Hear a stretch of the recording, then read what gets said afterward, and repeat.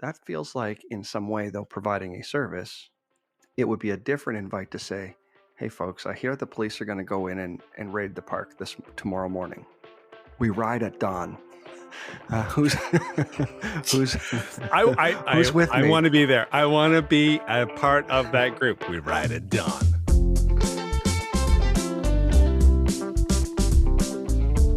Hey there. If you've joined the podcast today, my name is Chris Jarvis. I work with companies on employee giving and volunteering programs. And my name's Jake McIsaac. I spend a lot of time thinking about public safety and restorative justice. So we are having conversations here that we've been having for 20 years. Yeah, the only difference now is we press record and share it with you.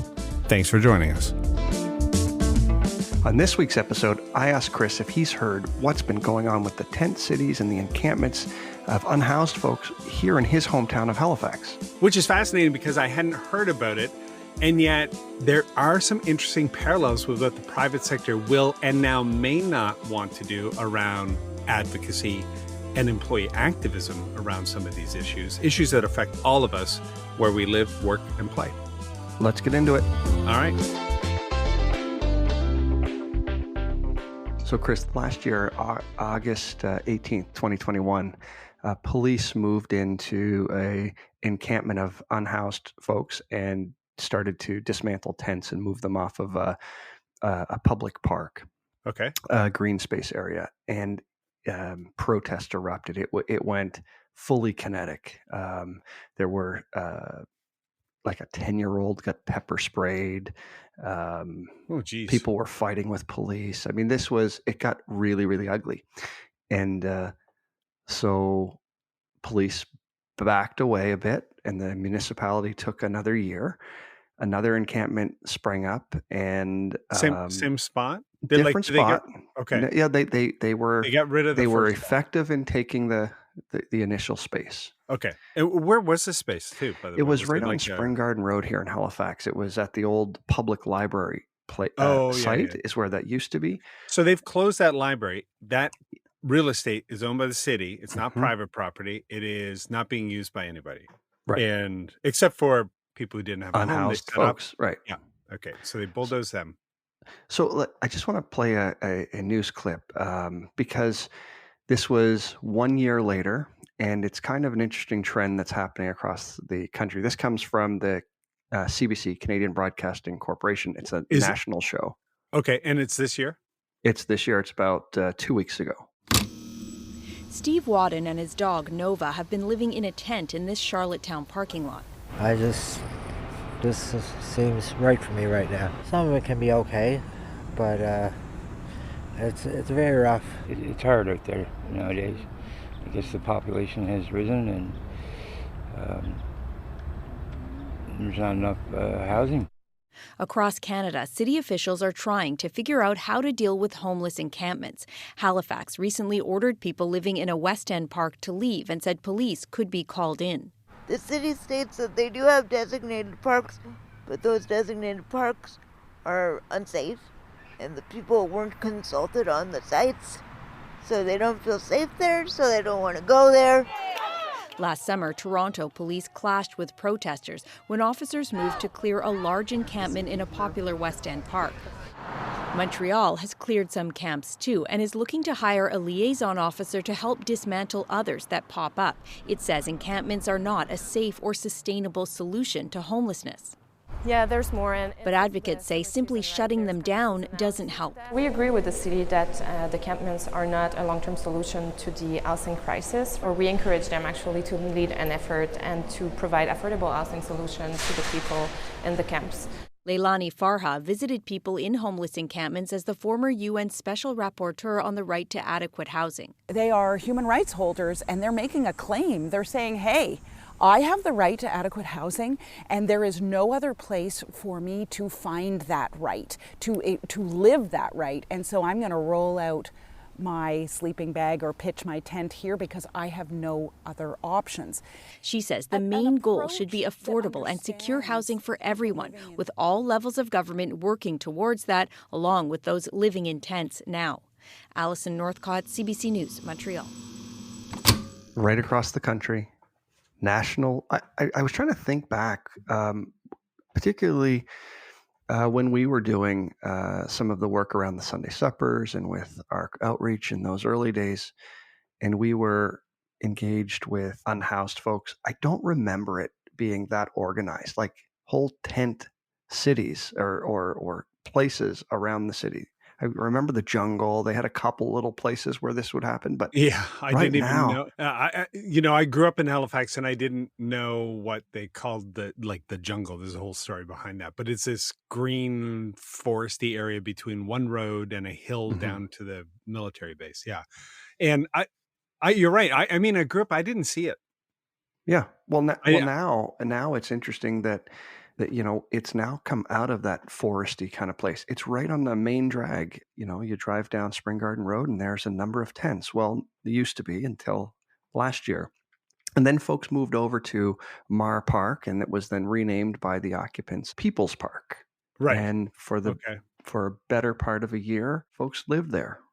Um, Survived there. That news story that we played at the beginning was surprising to me, that it seems that right across the country, the same tactic is being used.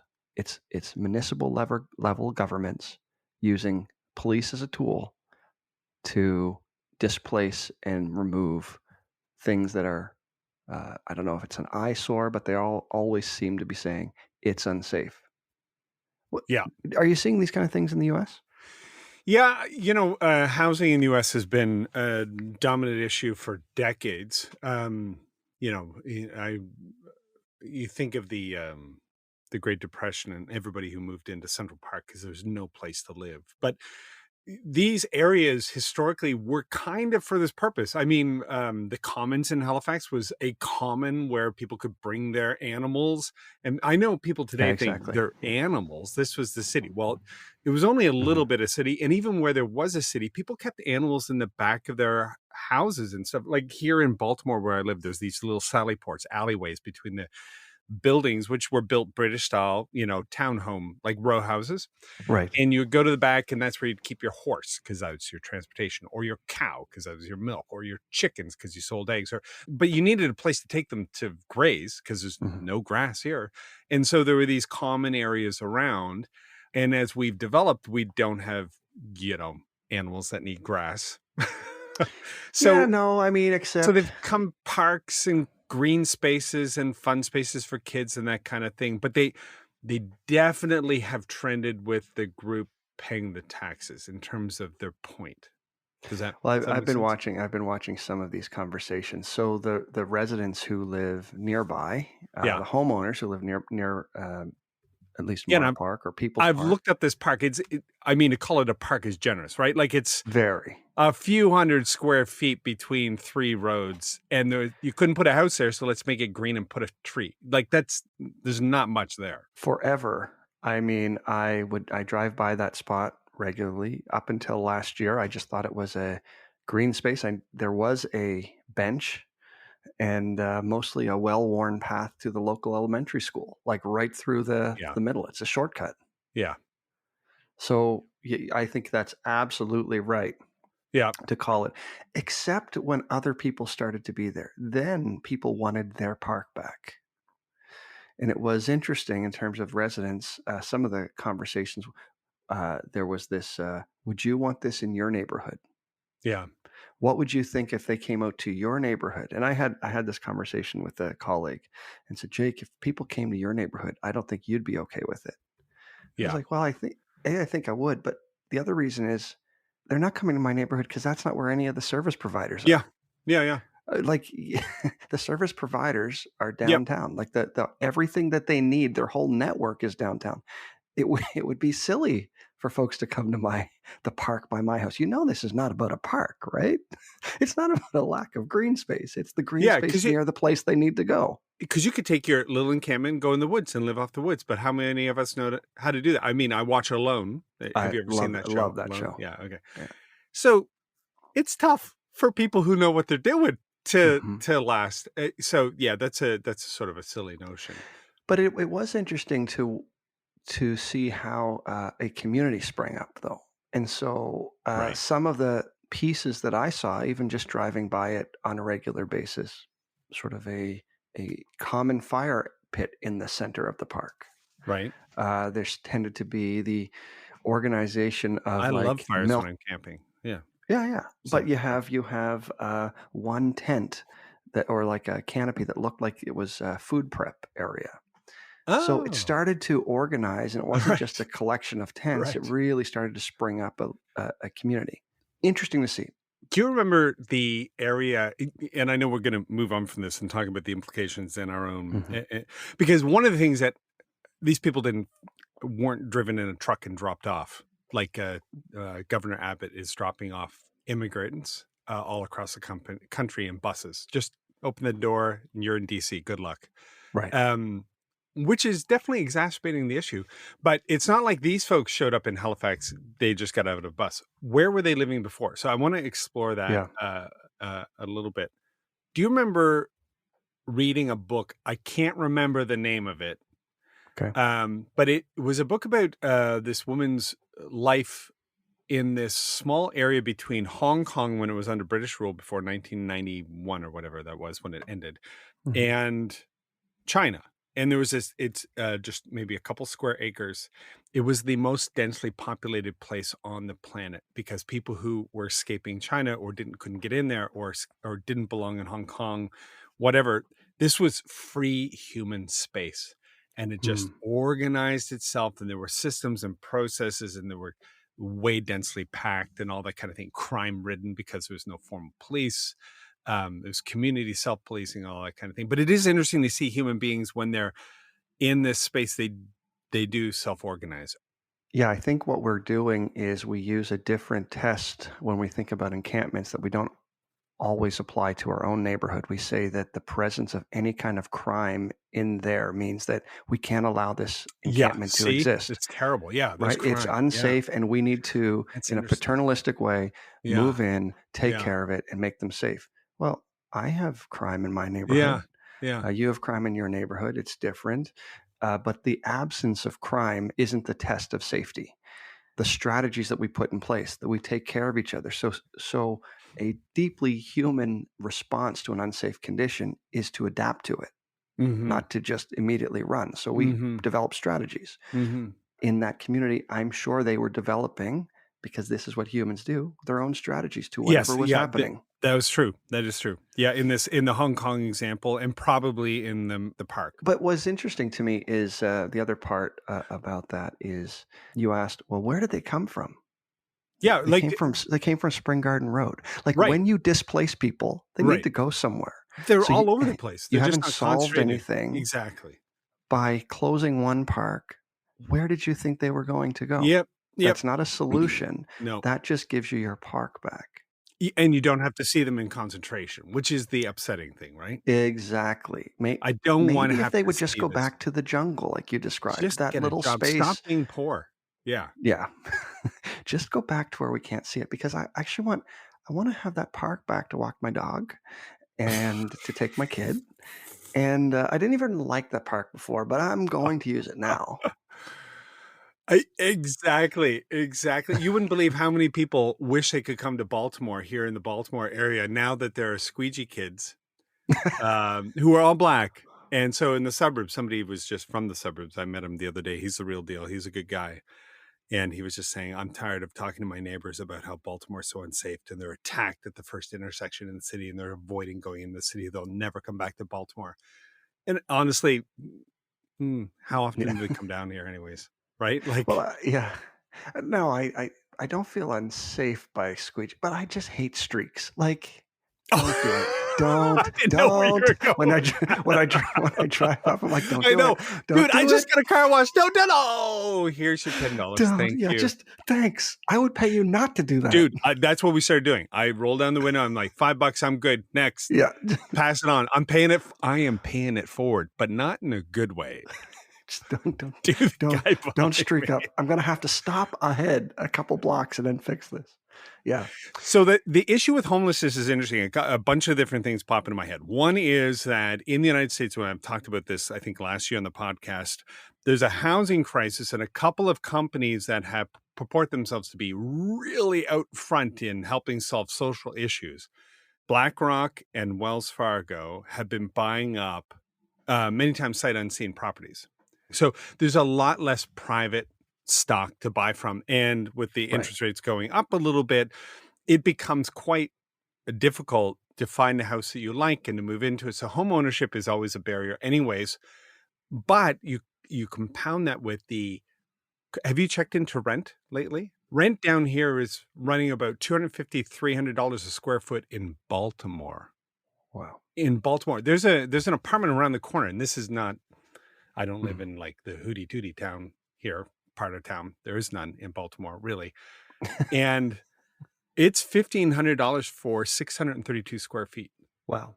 Yeah, there's it's just crazy, and so for the issues that we're talking about, there's not any even entry level housing, and then you Well, you no, have the because banks buying it up. even if you had a full-time job, if you were making, I'm not sure what minimum wage or living wage in the U.S. is, but Yeah. you definitely, working full-time, could still end up being a resident in the park.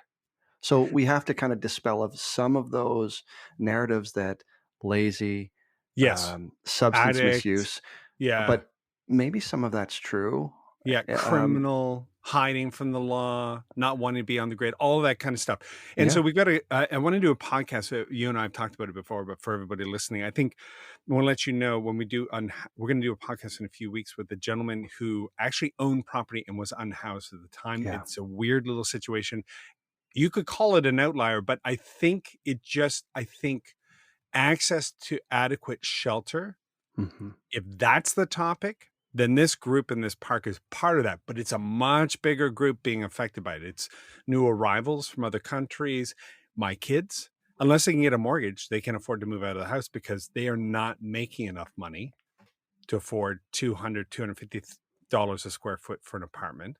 And the last thing that's really interesting, recognizing, like the private sector always does, a business opportunity. Here comes the founder of WeWork back in with a huge upfront valuation of, I forget how much. He got this at its height. WeWork was valued at $47 billion. It crashed to the basement, but now he's launching this new company called Flow, and they've gotten some initial investments that put it at like I forget. I can't even see. I'm like on the other page here looking for it. It's about $1 billion some dollar valuation or close to Wow. it anyways, or will be. But here's the premise. A lot of places that you rent in the United States are crappy. So this is not the version that was used in the New York Times, but basically it's, the Ritz-Carlton doesn't actually own property, right? They are property managers, the same as I believe the Four Seasons in Canada. And so some rich Uber person Uber rich person will, not a rich person from Uber, although that could happen too. They'll build this big building and then they will bring in the Four Seasons to run and manage the building and bring the brand to it and have an exceptional, and then they hold on to the property and they make a portion of the profit, yada, yada, yada. But it's a kind of a genius business idea. And what he's doing is he's applying this to crappy apartments. Basically, because with so many people working from home, these apartments are stale, life-sucking, not fiber optic wired type of property. So I think he's got to deal with a few thousand units in Miami right now, and they're going to rehab them, and they're for the people who are staying home and working. So in terms of housing, there's so many different ways you could look at this, but will that in and of itself, more people working from home, also clog up home ownership opportunities? I don't know. It just a lot of converging pieces coming together, but this constant piece of people not having a place to go when they're not middle class is an enduring issue that I feels like our societies are unwilling to deal with or face in North America. Yeah, and sometimes I think an oversimplification of it being just about the shelter, but not everything that the shelter represents. And so for me, when I think about what's the value that I have in coming home, all of my stuff is safe when I lock the door. Yeah, generally. exactly. Yeah. So I don't have to worry about that. I'm dry, I'm warm, I can rest. Then I can get up and go the next day. Even if we reduced it to those elements, it's fairly quiet. But if I could create the conditions, those are the things that enable me to probably be able to go, in some ways, to go to work the next day. I have a good night's sleep. I don't worry about leaving because I know it's going to be there and my Yep. stuff's going to be there. So I don't have Yep. to worry about that. I could set Yep. the alarm. I can. And you So can arrange things in a bit of yes, the space is also sanctuary. It's energy. It's where you can come and kind of, which is what flow is all about, and why I brought that up. There's a sense of where you live is critical to a lot more than just having a place to sleep and keeping your things, which is definitely a part of it. But now it's right. like your job, your life, your industry, and flow, and this $1 billion investment, it wasn't $1 billion, is definitely looking at that. So it just to underscore the points that you're making, it's so much more than just a place to sleep at night and not be in the rain or the weather. Well, yeah, but because if you only solve for that, and that can be sort of an interim measure for a little while. Yep. Of course, getting out of the elements is important. Yep. So maybe you sleep in a bus shelter or a covering, or maybe you sleep in your car if you are lucky enough to have a car. Yeah. Get out of the elements that way. But long term, that's only out of the elements. And I wonder about the response. So in the last year, I joined the board of a local organization working at that's sort of one of the places I'm volunteering now, where they're working toward a sort of layered strategy in addressing unhoused issues and the situation in Halifax. And we should say, for everybody who maybe is unfamiliar with the term unhoused, it is probably a better term than homeless. And there's some thinking behind that, but I just wanted to explain that. Use that term. Yeah, too. no, thank you. No, I think that's important because we can use words and then some folks will get lost in the conversation. So I think we're working with these unhoused individuals and trying to meet them at where they're at, what they need in a various levels of. Some need individual apartments, some need more community living, because they need in-house supports. And anyway, so it's kind of a really cool organization. Recently, we had an interesting meeting at the board level, which was fascinating to me because we were talking about the response. And one of the folks said, without sharing too much that happened confidentially, I do think it's important there, but one person was asking, there was a statement that was issued on behalf of a number of organizations that was against the police and the use of the police in removing people from the park. And so a number of organizations got together and they made some very strong statements about how inappropriate it was to use police, that folks were, a social issue was being treated like it was criminal and it was inappropriate, and so on and so forth. One of the board members asked, what do we believe? Like, as a group, who are we? Like, I thought it was a really important question to be asking at a board meeting, to say, are we as a group sort of supportive of that? Or are we in this position to be anti-police involvement at these parks? And the response back, and I won't get too far into it, but it was, well, you have to recognize we are a service providing agency and there's advocacy groups. And one of the questions, and this was a statement by a coalition of both. And I started thinking about the work that you do when people are looking for, and employee groups and corporations are looking to get involved in their community. How do you help them figure out, do they want to do service provider type work, or do they want to do advocacy type work, or is there space to do both? Yeah. Can you have one without the other? Can we have advocacy without service? Yeah. Or service without advocacy? I think it's difficult to have service without advocacy, because if you're doing it in a way that's transformative and you're being shaped by the experience, it would be almost impossible to not advocate for your friends, for your group, for people who are being affected, because now it's about you too. Like, it's your identity wrapped up in it. So if you're serving in a transformative way, I think it would be very difficult. If you're serving in sort of a transactional way, I don't consider the mind of the other. I just put out the food. I deliver it. This is just a job. Definitely. I can just see. Yeah. But even then, that's a stretch. On the other hand, advocacy without service, definitely could see that, but it's really weird to have somebody in advocacy who hasn't had firsthand experience with it. So even then, they're kind of bringing that life experience back into that advocacy. So that would be difficult too. I don't know practically how it would happen inside of a person, but as an organization, I can definitely see them curtailing one or the other. And that plays out really interesting in the private sector. And we can get that in a second. I think one feels safer, right? Like one definitely is like if I'm doing service providing, if we use the People's Park as an example, and Yeah. I'm at work and I'm saying to folks, I could probably get people together to say, hey, we're going to do a sweater drive and hats and mittens. It's getting cold there. Let's all collect this and let's go down with a bunch of toiletries and deodorant and all of that stuff. We're going to deliver that. It's going to make us feel good. And we're going to, okay, so I could organize my team around that. I think I could get good buy-in. We would feel good about what we were doing. We would go down, we'd do a thing, and we might even talk about it later and why that mattered to us and consist with our values, all that good stuff. That feels like in some way, though, providing a service, it would be a different invite to say, hey, folks, I hear the police are going to go in and raid the park tomorrow morning. We ride at dawn. Who's who's with me? I want to be there. I want to be a part of that group. We ride at dawn. That's right? awesome. Yeah. Probably harder to do that. I could probably do that with some relationships. Yeah, you're but close. I don't know that I could do that in an employee world or like with my workmates. Okay, so switching away from a nonprofit organization designed specifically to either serve the group or to advocate for the group.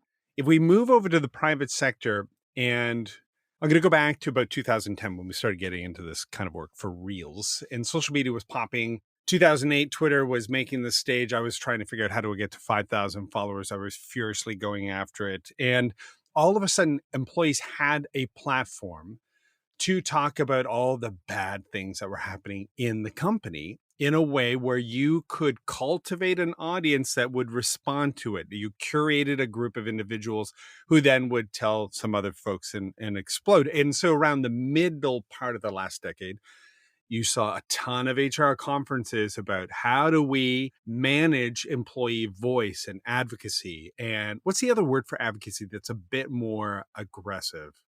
Activism. Activism. So this is a word that got thrown around a lot. Your employees are activists. Many of them will be activists. And if you do not have the proper systems in place, everybody will know about your business in the company. It's not, you can't send internal memos and shut it down like that anymore. That era is over. And then this sort of folded into corporate social responsibility, where companies were looking at the community and saying, how can we govern ourselves properly? How can we support our community properly? And then how can we enable our employees to get active too? And it was very forward thinking. It was messy. Nobody quite knew what was the right thing to do or where to do it or what credit you could take for what was getting done. I admit all of that, right? But during this time period, 2010, the term ESG, a little bit before this, but definitely in the last decade as well, began to ascend. Environment, social, and governance. That's the term ESG. And this is a framework that a lot of companies are imposing on themselves before regulations and legislation comes into place. So is this like a social conscience kind of thing? Kind of, yeah, kind of like that. Like we're looking at the environment. Right. What's our position in the environment as a company? So ExxonMobil. Okay, right. Tesla, right? Let's look at those Yeah. two. ExxonMobil is extracting a product and selling a product that creates carbon, directly degrading the environment. However, it's necessary because we don't have functional alternatives. Tesla, on the other hand, functional alternative, really, I would say a woke style company, even if you've got a real odd person at the helm. Yeah. So you have these two companies, and when you look at environment, you're looking at what is their position in the environment, how are they interacting with social, what's their contribution, and how are they governing? Is there transparency in the governance? What does that look like? And since this is self-imposed, there's not a lot of standards. So there's companies like Moody's and Standard & Poor's and some others that do take all the data and sort of look at it and then provide it to a group of individuals who are very curious about this, because it directs their investment. And so ESG has become a primary tool for investors, both of funds or individual investors, to understand one thing about the company. And it's moved from a broad, here's our position against these things and here's what we're doing, to in terms of environment, social, and governance, and all of that, what that entails. Are you at risk of being sued? Okay.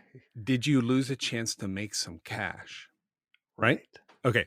So McDonald's a couple of years ago increased their methane output by 7%, a massive amount of methane. If you look at their internal supply chain, their carbon footprint went up enormously. It affected all of us. It's considered an externality, right? They produce it, and we all have to deal with the costs. We It's just like have pollution. to roll with it. Yeah. Right. Yeah. Not their problem, right? So ESG says, it really isn't it your problem, or is it an opportunity? And so the ratings agency looked and said, well, nobody can sue you. You didn't break any laws. So that's good. And secondly, you don't have a carbon capture opportunity here. So you didn't miss an opportunity to make money. So we're giving you full marks, even though this happened. And so Elon Musk has recently called ESG the tool of Satan, because ExxonMobil, top 10. Tesla, not on the top 10. Not close. They lost.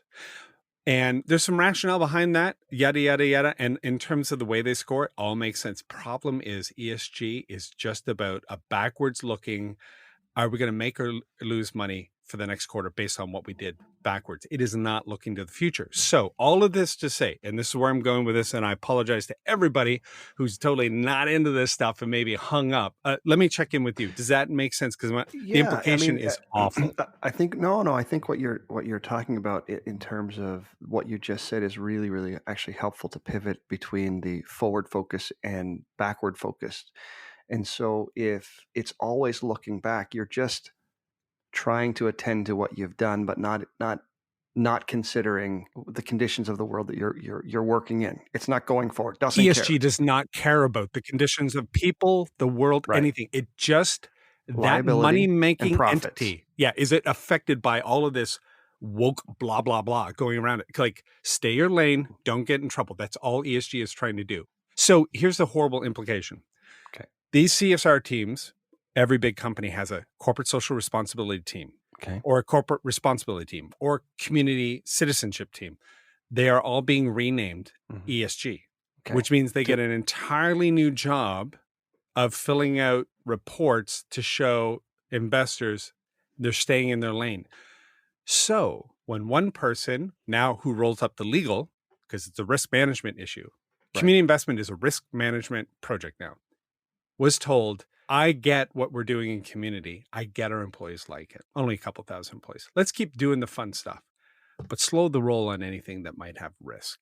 Like, we don't need to be adventurous, which means any company out there that was thinking we could be advocates, we will, because this came up in social media back, 15 years ago. Your employees are going to be advocates for things. They're going to be agitators. They're going to be, what was the other word that we just came up with? Activists. Activists, yeah. We need to get behind that too. What? Screech, again, let's get the screechy brake sound in here, but hit the brakes. We've decided not to go that direction. We're going to pull back. We're going to mitigate our risks, and we're going to shut down activism and advocacy because it damages their position in front of our investors. And at the same time, to your point, they haven't broken a law. So you can stay on the right side of the legislation. You're doing the bare minimum to your point of what you have to do, or in some ways, it sounds like it. Bare minimum for an investment perspective. Like they're abandoning all pretense of catering to anybody, which Jake, you don't. It's self-serving. You're not getting it. BlackRock just came out and said exactly the opposite, and is doubling. Get your ESG reports in. We're for stakeholders, not shareholders. But ESG only cares about shareholders. It only cares about stakeholders if they're going to cause a problem. So ESG is like a buffer to save us from having to deal with those freaking activists. So here's my problem. We're going to be working with a large international company, several 100,000 employees around the world, a brand name that everybody would know, and they want to give their employees voice to stand up, be fully resourced, to speak out on things that they think need to be spoken out about. But I don't think they've talked to the ESG department yet. Right. So I wonder, using that as an example, what would that company's response be to the park, to unhoused folks, or would they care? Yeah. Okay. So this company, if we're in the future where we work with them and we give them tools and resources, their employees are going to actually go through a bit of a process, I envision, where they're invited to become advocates for things in their communities where they live and work that matter to them, related to social environment, whatever it may be. And they would be fully resourced to step in and either serve, like help, or maybe do that and say things on their social media. They're not going to be holding press releases for the company or anything or a press conference for the company or anything like that. But this person is expecting her employees to stand up and speak their mind. But there is a huge push in the private sector to shut that stuff down. But it's absolutely what's needed, I think. Well, I mean, more individuals educated and with a microphone. Well, this is interesting, right? Because this is exactly where we were going at our recent board meeting. Dozen folks saying, okay, a statement was made. Is that from all of us? Did we believe that? Like, are we speaking as one group, or are we okay with different members of our team and our staff and the groups that are here representing the organization in this way? And I'm a board member. Do I have to believe that? So it's an interesting conversation. I would love to see it played out to scale like you're talking with 100,000 people. And again, they're manufacturing, they're retail, they interact with celebrities. They do advocacy already, but they want to give it to individuals to do. And I'm just wondering, what would happen if they did that? That would be interesting, because the whole thing about legislation, and so it's the law, the breaking the law, is so manufactured. Because why didn't we just create a law that you can't be homeless? That Halifax will not allow any of its citizens, housed or unhoused, to not have access to proper shelter. That's the law. And we're going to keep that law instead. Just because there's a law seems like an artificial, made up, pretend reason for why you're doing what you're doing, when you're not actually solving a problem. You're just moving it out of sight so the rest of us don't have to see it. It's not making us safer or helping. It's not making us safer. It absolutely doesn't make us safer. But it would be an interesting position statement to say, this is what we're working toward. We're working toward no unhoused folks. That either there's a range of service providers that are well-funded and that volunteers, that there's sort of an energy around volunteering in this city that's different than anywhere else. We're going to invest in volunteers and invest in people building a community of care and support where they can see each other, see the humanity in each other. Well, if we started doing that, the solutions aren't that far. It doesn't become a resource piece then. Yes, I agree. You got to care. You got to care about the issue and the people. You got to care about the people who are being affected by they're not just a data point. So when we were in Alaska, I went to Alaska during COVID because I couldn't go anywhere else. But for any listeners in Alaska, it's beautiful. It is. Oh, it was outstanding. We rented an RV. It was so exciting. That's why I'm bringing it up. We rented an RV. It's absolutely beautiful. Driving around. I couldn't go anywhere else. Yeah, I know. Like our 2 Alaskan listeners. Sorry, folks. Driving around, and we were thinking, well, we have to find parks, places to park. And then somebody said, you can camp anywhere as long as it doesn't say no camping. Really? Anywhere? No, it tells you just not here. Yeah, there's a little sign. It's like, this is my house, no camping. Oh, okay. But you can camp. You can stop anywhere and just set up shop. And when people come by, they come to check and make sure you're okay. That is totally different than, say, other areas. I don't know what the camping rules are in Nova Scotia. But let's pretend that the only place you can camp is in a campground or in an appropriately regulated area. And let's say there's some good rules for that because they have bathroom stalls and other things. Now in Alaska, they're like, you can go to the bathroom anywhere, just dig a hole and cover it. But in Nova Scotia, let's say, well, we want that better infrastructure. So now a person's driving along and they want to camp somewhere. The police come by. They don't check if you're safe. They are going to evict you or take you to jail or make sure you're in an appropriate place, but you can't pay the fee. So it's just really interesting, the role of the police in both places, their identity of safety or whatever, but the preconditions are just, can we give people information so that they can look after themselves and have agency and do it in a way that's safe for them and for us? Or do we say, here are the places, here are the rules, here are the only things that you can do, and thereby limiting access to the very safe places for them and for us that we want them to go because we've never really considered who they are and the issues they're facing. And I want to go back to something you said earlier. The reason shelters are not a solution is because you can't stay in them all day long. Not most of them. Right. You get up and you're out. out You hope by, that your yeah. stuff is not being rifled through. You don't have a place to relax. It's raining, not my problem. Go find a place, right?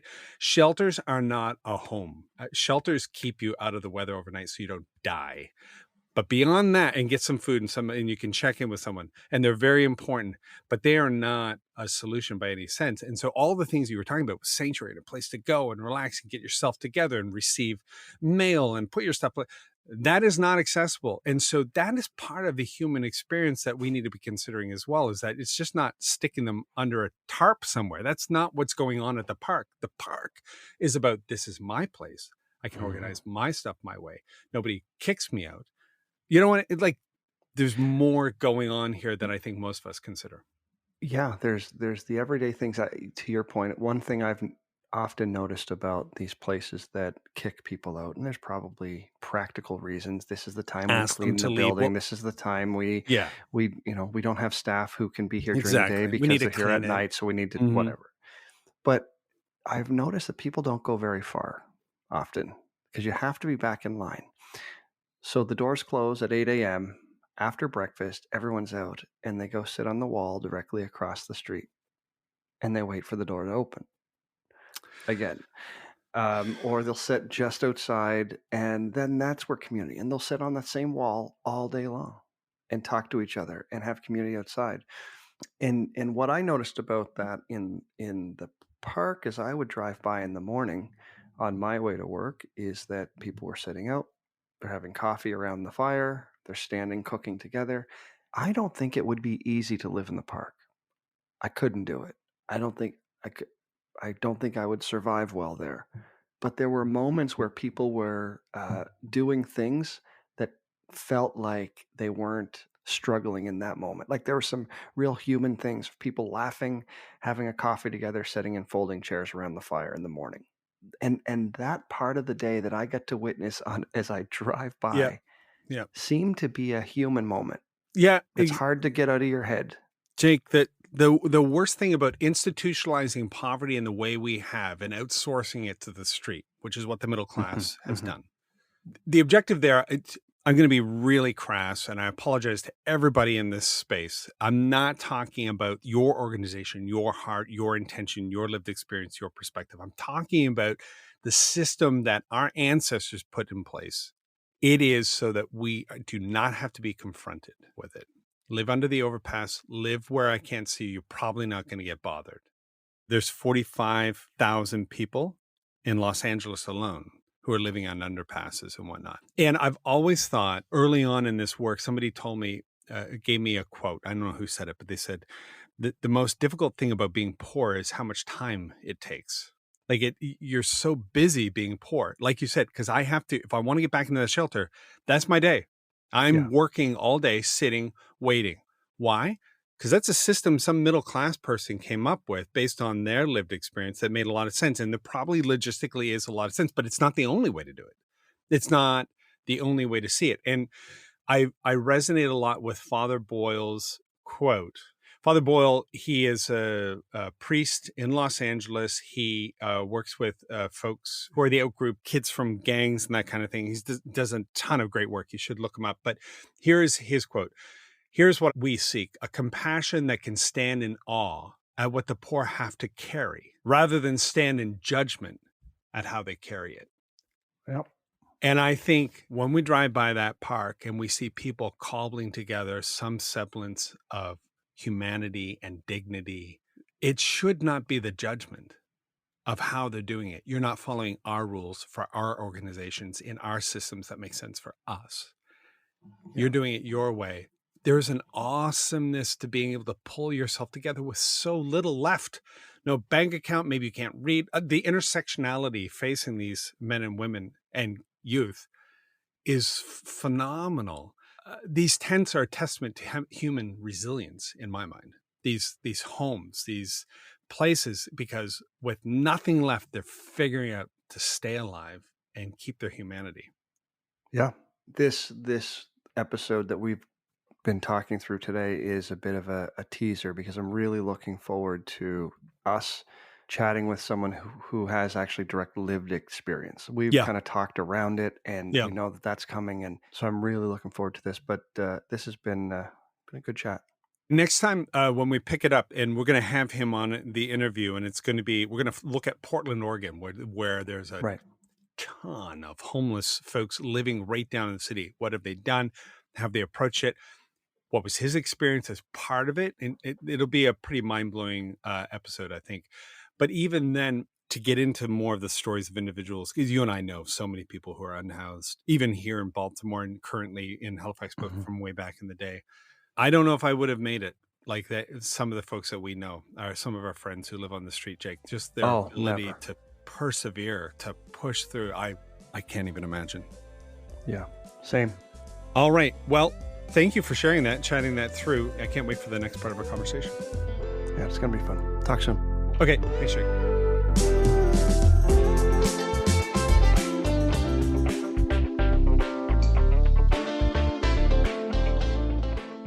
This has been a Podstarter production.